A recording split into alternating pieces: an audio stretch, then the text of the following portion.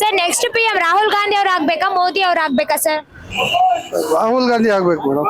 ಯಾಕೆ ಸರ್? ಯಾಕಂದ್ರೆ ಅವರು ಒಳ್ಳೆ ಎಜುಕೇಟೆಡ್, ಒಂದು ಎಜುಕೇಟೆಡ್ ಮಿನಿಸ್ಟರ್ ಅವರು.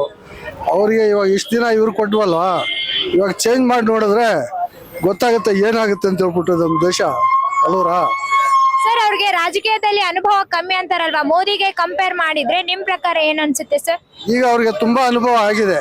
ಯಾಕಂದ್ರೆ ಈ ಯಾತ್ರೆ ಬಂದಿದ್ರಲ್ಲ ಅವರು, ಹಂಗಾಗಿ ಬಂದ್ಬಿಟ್ಟು ಇವಾಗ ಅನುಭವ ತುಂಬಾ ಆಗಿದೆ. ಇವಾಗ ಹೊಸ ಜನರೇಷನ್ಗೋಸ್ಕರ ಒಳ್ಳೆ ಒಂದು ದಾರಿ ತೋರ್ಸಕ್ಕೆ ಅವ್ರಿಗೆ ಒಂದು ಅನುಭವ ಇದೆ ಇವಾಗ. ಯಾಕಂದ್ರೆ ಅವರು ಎಜುಕೇಟೆಡ್ ಅಲ್ವಾ ಅವರು.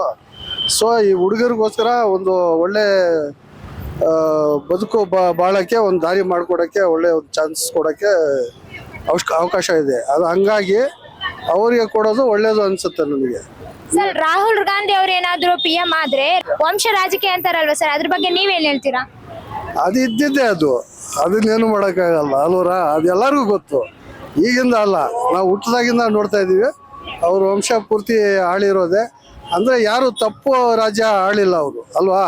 ಅವ್ರ ತಂದೆ ರಾಜೀವ್ ಗಾಂಧಿ ಬಂದ್ಬಿಟ್ಟು ಎಷ್ಟೋ ಮಾಡಿದ್ರು. ಅಂದರೆ ಸಾರ್ಕ್ ಅಂತ ನಮ್ಮ ಕರ್ನಾಟಕದಲ್ಲಿ ವಿಧಾನಸಭೆಯಲ್ಲಿ ಸಾರ್ಕ್ ಅಂತ ಒಂದು ಮೀಟಿಂಗ್ ಮಡಗಿದ್ರು ಅಲ್ವಾ.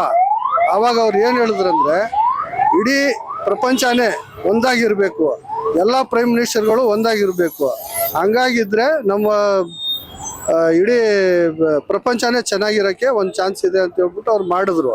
ಬಟ್ ಈ LTTಗಳಿಗೆ ಅದು ಇಡಿಸಿಲ್ಲ. ಅವ್ರೇನು ಮಾಡಿದ್ರು, ಅವ್ರಿಗೆ ಬಾಂಬ್ ಇಟ್ಟು ಕೊಂದ್ಬಿಟ್ರು.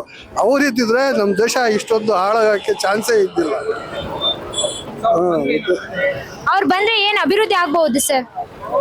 ಅವ್ರು ಪ್ರತಿಯೊಂದು ಮಾಡ್ಬೋದು ಮೇಡಮ್. ಯಾಕಂದ್ರೆ ಅವ್ರು ಬಂದು ಈ ಹೊಸ ಜನರೇಷನ್ಗೋಸ್ಕರ ಬಾಳಕ್ಕೆ ಒಂದು ಒಳ್ಳೆ ದಾರಿ ತೋರ್ಸಕ್ಕೆ ಅವ್ರಿಗೆ ಅನುಭವ ಆಗಿದೆ. ಇವಾಗ ಎಲ್ಲ ಸುತ್ತಾಡಿದ್ರಿಂದ, ಇಂಡಿಯಾ ಪೂರ್ತಿ ಅವ್ರು ಸುತ್ತಾಡಿದ್ರಿಂದ ಅವ್ರಿಗೆ ಅನುಭವ ಆಗಿದೆ. ಅವ್ರಿಗೆ ಚಾನ್ಸ್ ಕೊಡಬೇಕು, ಕೊಟ್ರೆ ನಮ್ಮ ದೇಶ ತುಂಬಾ ಚೆನ್ನಾಗಿರ್ತದೆ.